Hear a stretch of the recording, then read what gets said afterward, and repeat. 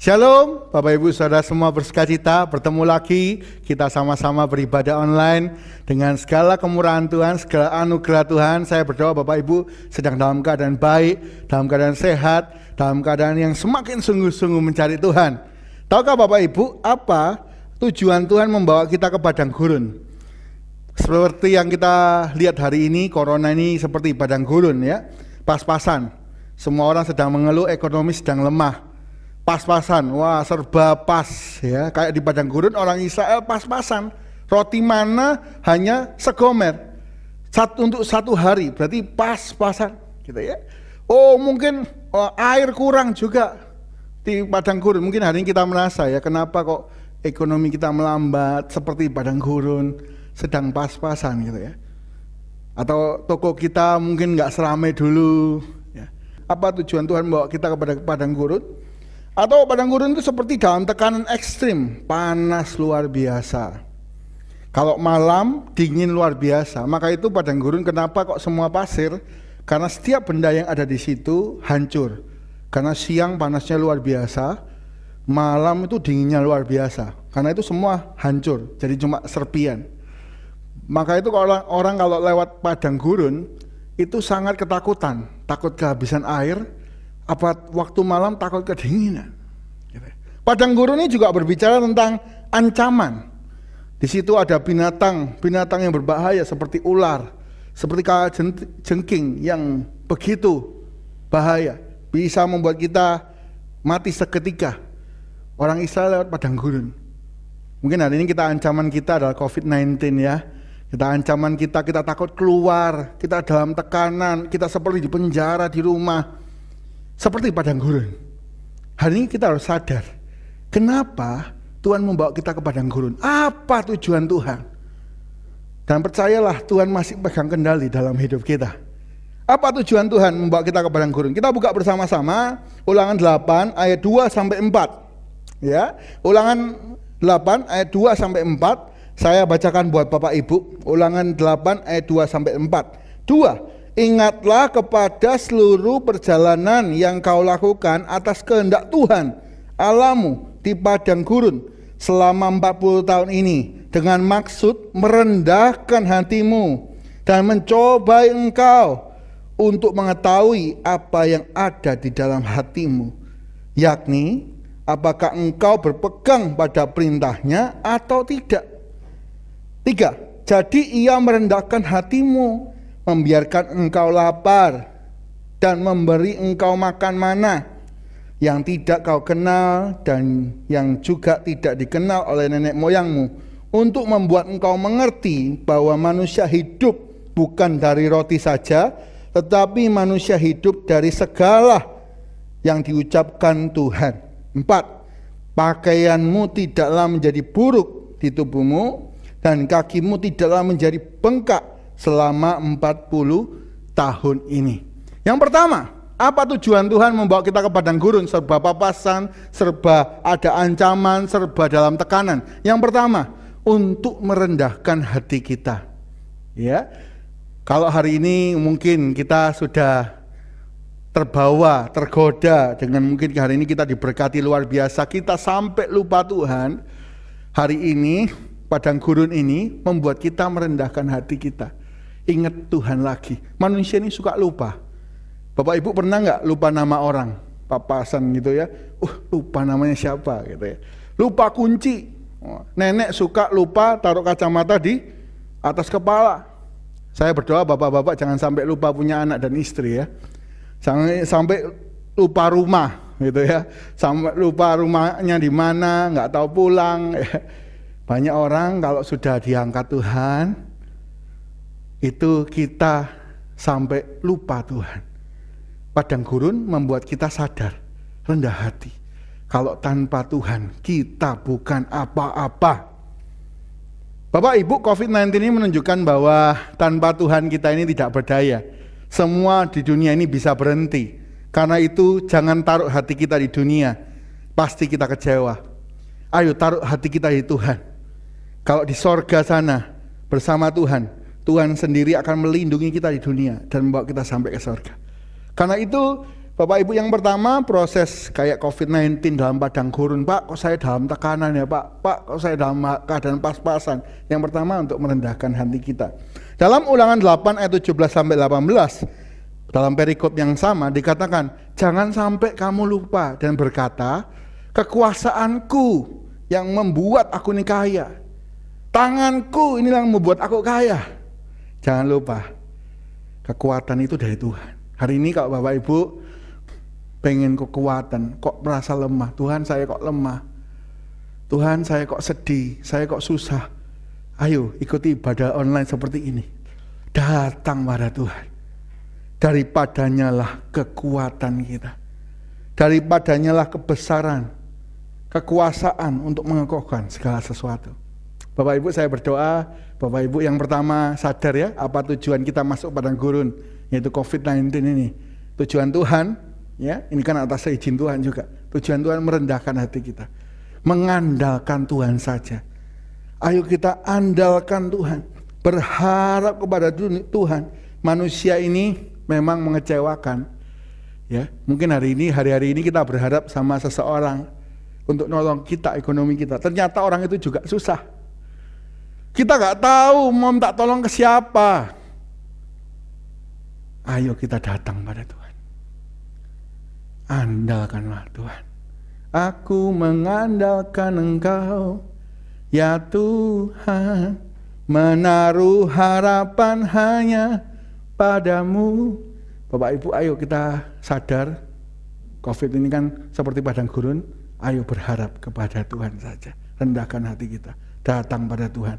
Kekuatan manusia mengecewakan, tapi kalau kita bersama Tuhan, kita pasti berkemenangan. Haleluya. Yang kedua Bapak Ibu, apa yang tujuan Tuhan membawa kita ke padang gurun? Ya seperti hari-hari ini, serba pas-pasan, ada ancaman, kita keluar takut, pegang apa sedikit-sedikit pakai hand sanitizer ya, cepet-cepet cuci tangan gitu ya. Wah takut, semua takut ya. Ada banyak orang lagi sakit, takut ke rumah sakit, takut ketularan gitu ya, COVID-19. Oh banyak ketakutan, ada banyak ancaman seperti padang gurun. Apa tujuan Tuhan kalau kita masuk ke tempat ini? Yang pertama, merendahkan hati kita, sadar Tuhan itu segalanya, Tuhan yang sanggup menolong kita. Yang kedua, menguji ketaatan hati kita. Ulangan 8 ayat 2 berkata, dalam tekanan apakah kita tetap cinta Tuhan? Dalam tekanan apakah kita tetap beribadah kepada Tuhan? Dalam keterbatasan seperti hari ini, kita nggak bisa ke gereja, mungkin nggak ada orang yang support kita untuk beribadah. Masihkah kita sungguh-sungguh beribadah? Masihkah kita ingin cari Tuhan? Atau kita mulai tidak taat? Yang kedua, Tuhan ingin menguji ketaatan hati kita. Bapak Ibu, tahukah Bapak Ibu bagaimana cara melihat sifat asli seseorang? Yaitu dalam dua kondisi yang berbeda. Yang pertama, kalau diberi tekanan dan dalam kekurangan. Oh, kalau orang dalam tekanan, dalam kekurangan, sifat aslinya bisa keluar. Satu kali ada seorang petapa yang terkenal sabar di seluruh dunia. Dia di atas gunung, dia diam, katanya sabar. Oh, hewan-hewan nggak ada yang dia bunuh, dia menghindar. Satu kali ia turun ke kota untuk diwawancara. Oh, katanya ini petapa yang sabar. Begitu masuk kota besar, lihat sana sini macet, nunggu lama, dalam tekanan kan, diteleponi terus, Pak sampai mana, Pak sampai mana? Apa yang terjadi? Petapa yang sabar bisa marah-marah, banting pintu, banting HP, semuanya dibanting.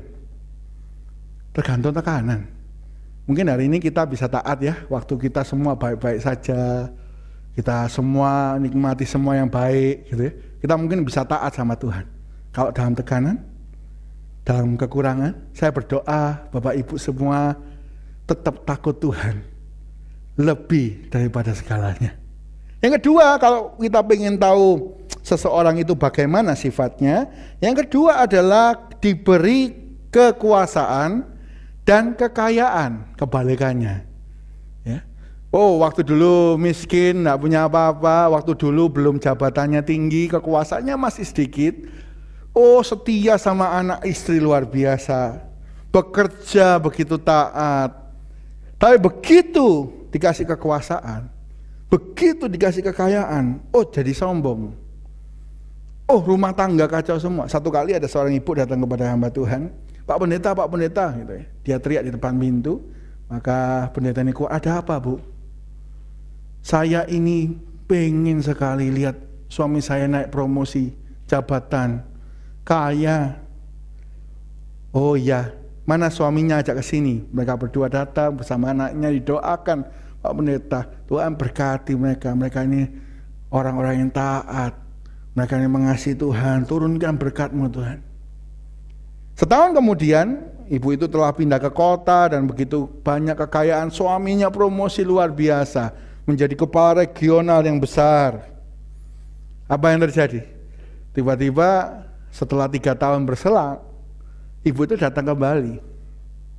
Ketok pintu, Pak Pendeta. Gitu. Ketika buka pintu, Pak Pendeta desa ini melihat, dia nggak kenal siapa ini. Siapa ya Bu? Saya nggak kenal, karena ibu itu rupanya sudah berubah, sudah ikut ke kota-kotaan, ya, sudah beda semuanya, sudah perhiasannya di mana-mana. Lalu ibu itu berkata, Pak Pendeta doakan saya. Oh iya, doakan apa? Tolong kembalikan saya dan suami saya miskin kayak dulu. Pak Pendeta kan kaget, loh kenapa Bu? Kenapa? Kan enak sekarang semua ada kekuasaan. Iya. Sejak suami saya punya kekuasaan, sejak suami saya kaya, suami saya nggak pernah pulang. Suami saya selingkuh. Suami saya punya anak di luar pernikahan kami. Dan suami saya dipengaruhi yang buruk, jatuh dalam banyak dosa. Tolong kembalikan lagi keadaan kami. Seperti dulu nggak punya apa-apa, yang bahagia. Ada orang kalau dikasih kekuasaan, kekayaan, itu berubah, sifat aslinya keluar. Bapak Ibu, hari ini mungkin kita dalam ujian, dalam pas-pasan, dalam kekurangan. Masihkah kita mau taat sama Tuhan? Masihkah kita setia mengandalkan Tuhan? Saya berdoa Bapak Ibu semua tahu bahwa Tuhan itu masih pegang kendali. Jangan tinggalkan Tuhan. Ingat, Alkitab berkata, manusia bukan hidup dari roti saja. Maksudnya apa? Dalam kekurangan pun Tuhan itu pelihara kita waktu kita pegang firman-Nya. Kalau kita teguh pegang firman-Nya, Tuhan di pihak kita. Lawan apapun, keadaan apapun, kita diluputkan. Mazmur 91. Dalam penyakit apapun, dalam kondisi ancaman bagaimanapun, kita diselamatkan. Ingat orang Israel, kita kan sedang cerita tentang padang gurun Bapak Ibu ya. Padang gurun orang Israel dipelihara luar biasa. Siang dikasih tiang awan, malam dikasih tiang api. Kalau siang supaya nggak kepanasan, kalau malam supaya nggak kedinginan dan nggak diserang ular, karena ada api. Oh, Tuhan pelihara Bapak Ibu. Kalau takut akan Tuhan. Tapi ingat juga di padang gurun itu ada ular tedung waktu mereka bersungut-sungut. Ya, Tuhan juga bisa kirim hukuman dalam masa yang suka. Karena itu jangan tukarkan Tuhan dengan apapun. Ayo kita tetap pegang firman Tuhan. Yang kedua, Tuhan membawa kita masuk ke padang gurun. Kenapa? Karena Tuhan menguji ketaatan kita. Tuhan membawa kita mungkin hari ini dalam keadaan yang di COVID pandemi ini kita mungkin pas-pasan padang gurun, ancaman padang gurun. Yang kedua, pengen nguji ketaatan kita. Apakah kita tetap taat? Apakah hati kita murni mencintai Tuhan? Yang ketiga, yang terakhir Bapak Ibu ya, apa tujuan Tuhan membawa kita ke padang gurun atau dalam kondisi sekarang pas-pasan? Yaitu penuh ancaman juga. Yang pertama tadi untuk merendahkan hati kalau kita sudah lupa Tuhan. Supaya ingat lagi. Yang kedua, untuk menguji ketaatan hati kita. Dan yang ketiga, oh Pak, saya ini kan sudah rendah hati. Saya ini kan sudah taat. Yang ketiga, buat Bapak Ibu yang sudah rendah hati dan sudah taat, semua ini ada. Padang gurun ini boleh ada. Supaya apa? Yang ketiga, supaya kita melihat pemeliharaan Tuhan. Supaya kita melihat kuasa Tuhan nyata dalam hidup kita. Bapak Ibu, tidak ada kemenangan yang besar tanpa peperangan yang besar. Mungkin hari ini kita menghadapi peperangan yang besar, kita sudah rendah hati, kita sudah taat. Ayo kita semua lihat pemeliharaan Tuhan dan mujizat Tuhan. Dalam ayat yang keempat, Ulangan 8 ayat 4 dikatakan, pakaianmu tidaklah menjadi buruk dan tubuhmu dan kakimu tidaklah menjadi bengkak selama 40 tahun. Bapak Ibu, kalau jalan jauh itu pasti kakinya bengkak. Bayangkan 40 tahun, tanahnya nggak rata, mereka nggak pakai sepatu yang bagus-bagus kayak sekarang. Ya, sepatunya biasa saja, tapi Tuhan pelihara.